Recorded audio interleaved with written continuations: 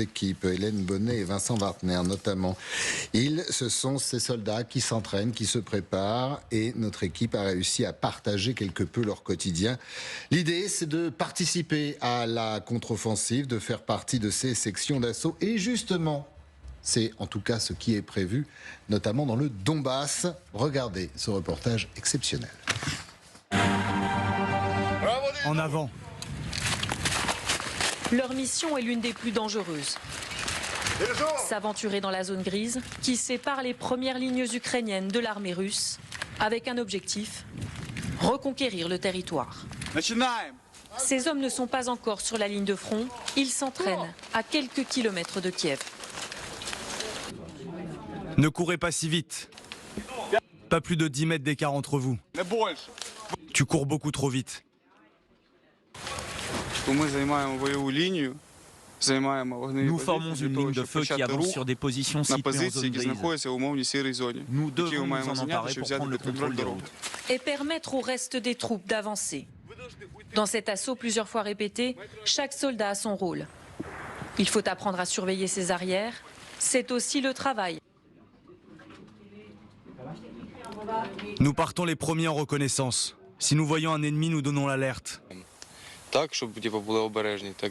Et quand le reste du groupe monte à l'assaut, nous les protégeons.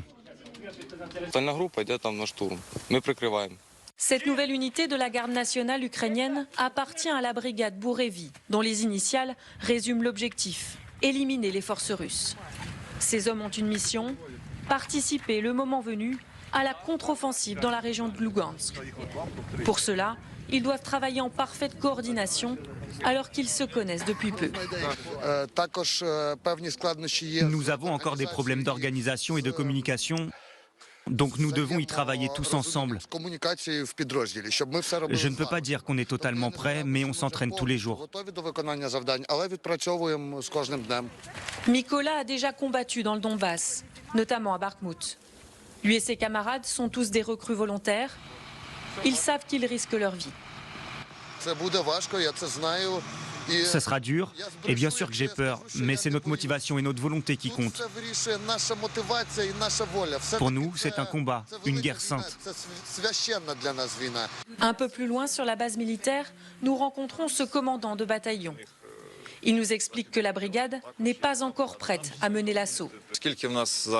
Nous attendons que certains de nos soldats reviennent du terrain et que nos recrues arrivent. Nous rassemblons notre bataillon et l'entraînons davantage. Et ensuite, nous partirons en mission très bientôt. Et quand on lui demande quand aura lieu la contre-offensive, la réponse est toute faite. Seul notre président Volodymyr Zelensky sait quand ça commence. Grand merci à nos équipes sur le terrain pour ce travail remarquable chaque jour. Hélène Bonnet et Vincent Wartner notamment pour... on y reviendra parce que...